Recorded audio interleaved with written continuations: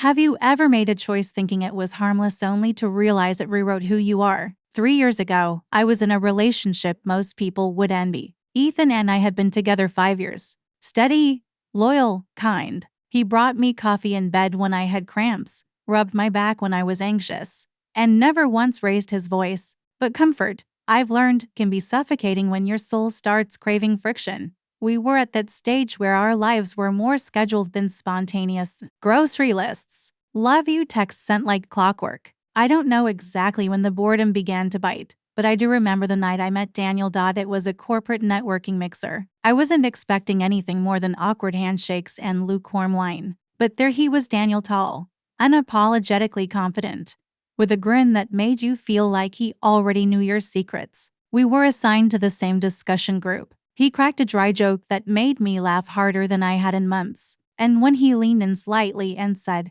"Text me that article you mentioned. I want to read it," I gave him my number. I told myself it was professional. I even mentioned Ethan casually, as if that made it okay. But deep down, I liked the way Daniel looked at me, like I was fascinating, dangerous, different from whoever he thought I was 5 minutes ago. It started slow. A text about a conference, a follow-up about a podcast, then late-night chats, memes, confessions. "I don't think my fiancé is the one," he wrote one night. I should have ended it then. But instead, I stared at the screen, heart racing, and replied, "Why not?" That was the first choice I made that I can't take back. Asterisk after that message.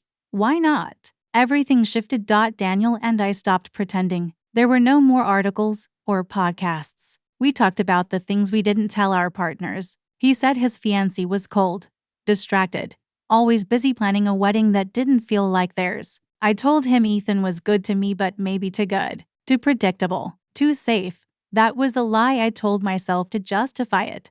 That Ethan's kindness was a cage, that being adored was somehow dull. The truth was uglier. I liked the way Daniel made me feel chosen, desired, alive in a way I hadn't felt in years. The guilt came in waves, but never strong enough to stop me. Instead, I started hiding things, flipping my phone over at dinner, saying I had after-hours calls when I was texting Daniel, deleting messages before bed. It became a second life, thrilling and secretive. And Ethan, sweet, trusting Ethan, never questioned a thing. "I wish I'd met you sooner," Daniel said once. "You didn't," I answered, heart pounding, voice low. There was something addictive about it, about knowing I could go home to someone who loved me, then sneak away to someone who made me feel electric. I told myself I wasn't cheating. Not really. We hadn't touched. But emotional loyalty is a thread and I'd already let it snap. Ethan started noticing the distance. "You've been quiet lately," he said one night as we folded laundry. "Everything okay?" "Just tired," I lied, pressing his shirt flat. I hated lying to him, but not enough to stop. It was a Thursday when things spiraled. Rain had soaked the city, cabs were scarce, and Daniel texted, "Stranded too. Want to grab a drink?" I said yes before I could talk myself out of it. Asterisk, the bar was dim and half empty, rain tapping the windows like it wanted to come in and ruin us both. Daniel was already there when I arrived, dry somehow, smirking like we were sharing some private joke. We ordered drinks. One turned into two. He touched my hand across the table.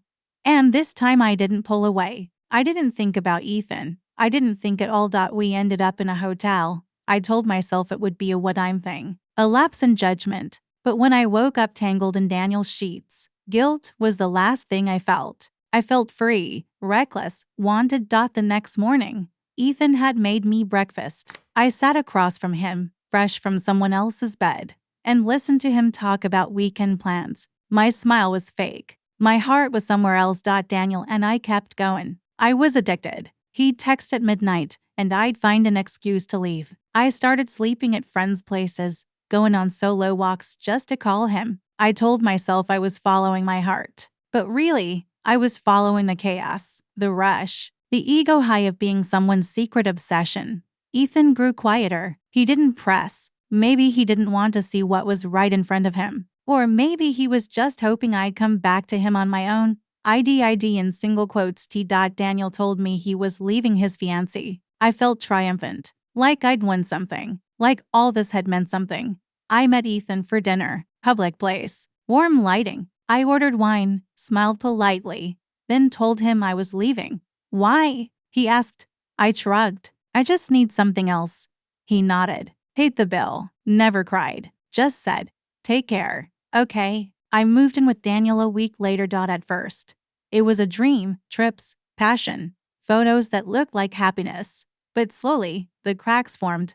He'd check my phone, get moody when I wore certain clothes, ask about my past like it was ammunition. I laughed it off, told myself he was just adjusting. 6 months in, I used his laptop to find an old photo. A message popped up. Miss you already. From a name saved as Mike. I clicked. Dozens of conversations. Flirty. Some explicit. Some dated back to when we first met. I confronted him. You didn't really think you were the only one, did you? He said, calm, cold, like none of it had ever mattered. I left that night, packed a bag while he slept, left the key on the counter, and drove to my sister's house at 3 a.m. I wanted to call Ethan, to say I was sorry, that I ruined something real for something rotten, but I didn't. He deserved better than my guilt. Now, I live alone. Quiet apartment, cold sheets. Sometimes, late at night, I scroll Athens' social media. He looks happy now. There's a woman in his photos, bright eyes, soft smile. They look solid. I don't feel jealous, just hollow, because I didn't just lose Ethan. I lost who I was with him.